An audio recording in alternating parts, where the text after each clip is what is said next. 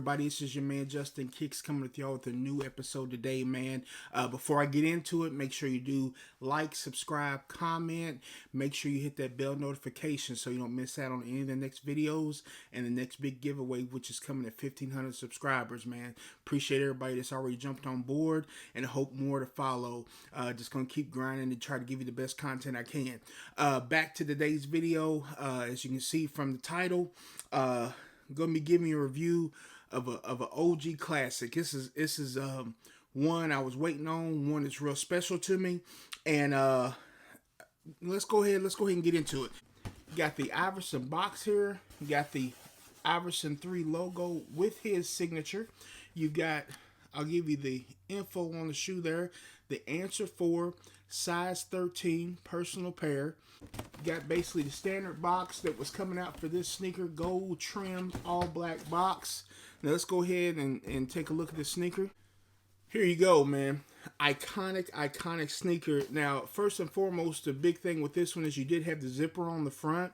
I think back historically over the sneakers I've loved in my lifetime. The two that stand out the most to me with zippers is, of course, Gary Payton's The Glove sneaker had the zipper that unfolded down to show the different designs and stuff on the other. And then you've got this one, man. Again, when you think about iconic sneakers and iconic players, I don't know that there's one bigger than Allen Iverson. But as far as the sneaker goes, you got the red outsole, silver plate. You got the gray on the back. You got the Iverson head with the headband and cornrows on the bottom there. You got the red, gray, and then red again. Midsole DMX technology. Just the way this sneaker looks, and Iverson was small. He was fast, lightning quick, and he looked like a blur in this sneaker, man. I'm not going to lie to you. You got the logo again on the side. You got the white tumbled leather up top. Again, like we said, we got the zipper, Velcro strap. Unzip it there. Unlace, shows you the laces, and then you have the logo again going up the tongue. At the top, you've got Reebok at the top of the tongue, man.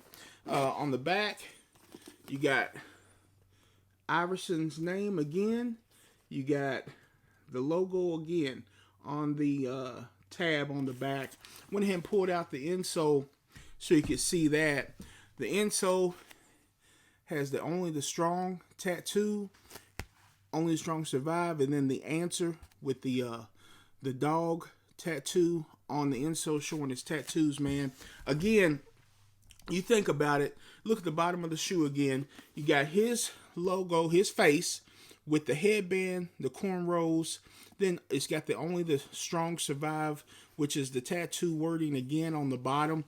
I mean, this right here, I just want to stop for a second because this right here is what I'm talking about when I talk about one of the most iconic basketball players. Forget that, most iconic athletes or celebrities of all time.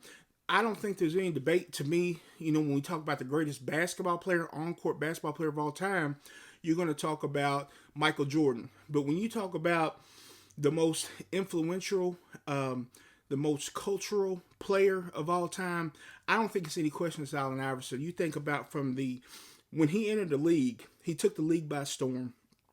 He made people comfortable to wear the tattoos, to wear your hair the way you want to wear them, dress the way you want to, and he did not represent what the NBA wanted their players to look like at that time. They even put in the dress code because of Allen Iverson. He wore the baggy clothes, he wore the chains, he merged hip-hop and basketball together, and the media tried to make him out to be the villain in a lot of ways because he was different and he didn't seem safe like a Michael Jordan or the players that had came before him, not taking away from their greatness on the court. Again, he was great on the court, but it was that he made people like myself feel comfortable in our own skin, to be who we wanted to be, because he was doing it on the highest level. So I always commended him for that. And the fact that he just seems so cool, man. He put out a hip-hop album that they tried to shut down. And again, he did it all while dominating the league. This sneaker right here is special because in 2001 is when he wore this one of his greatest seasons ever, man. He got MVP in this. He led the 76ers to the NBA Finals. And you go back and look at the roster. He had Larry Brown, which was a historically great coach that he didn't necessarily get along with. But you look at the teammates he had on that team, and for him to get that team to the finals, winning MVP that year, he, to me, one of the greatest players, regardless of position or size, of all time. And then you take it to a step further with everything that he did off the court. To me, he was in the 96 draft class. To me, is the greatest draft class of all time. Of course, Kobe was in that. Ray Allen, Steve Nash. It was Kerry Kittles. It was a ton of them in that draft. And he was #1 draft pick, man. The star amongst stars.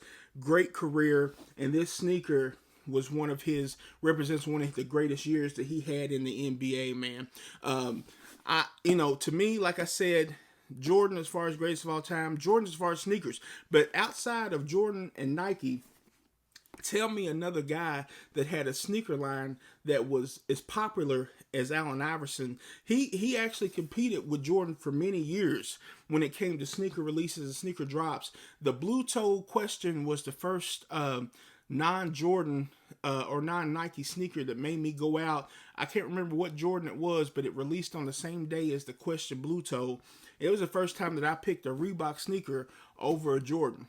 And just because of the excitement that Iverson bring, and that sneaker was just clean, one of my all-time favorites, man. The iconic sneaker, everything about it. And again, you go back and look, he wore this one. And then in the finals, like I said, they made it to the finals, ran into a juggernaut that was the LA Lakers, my favorite team, Kobe, Shaq, Derek Fisher, everybody that was on that squad. But even in that finals, where they only won one game, they did win the first game. He's got the most iconic play of that finals, one that people talk about forever, which was the step over Tyronn Lue after hitting the game-winning jumper and stepping over him while he was on the ground. That gets replayed and shown all the time, man. He was wearing a black version of this one when he did that. And then to take it a step further, which I think they released him in 2018. I would wish they would re-release him. When Kobe was a free agent, he not only wore the yellow toe that I've done a review on, which they made a question yellow toe for him. He had the purple Answer 4 that he wore during his free agency year as well, which I would love to be able to get my hands on eBay. They're going for quite a bit. Like I said, they released 2018. I would love for them to drop those again. But anyway, Reebok Answer 4, DMX technology. I am going to give you an on foot of this one, man. All-time classic sneaker, worn by an all-time great on the court and off the court, man. So anyway, let me know your thoughts on it. Let me know if you picked it up. That's about it as far as a sneaker. I appreciate everybody checking out the episode. Make sure you do, like I said, stick around for the on foot. Like, subscribe, share, comment, all those great things. And make sure you do hit that bell notification. Big giveaways coming up at 1,500. I appreciate everybody that's already jumped on board. This is your man, Justin Kicks. Stay tuned for that on foot. And I'm going to holler at you next time.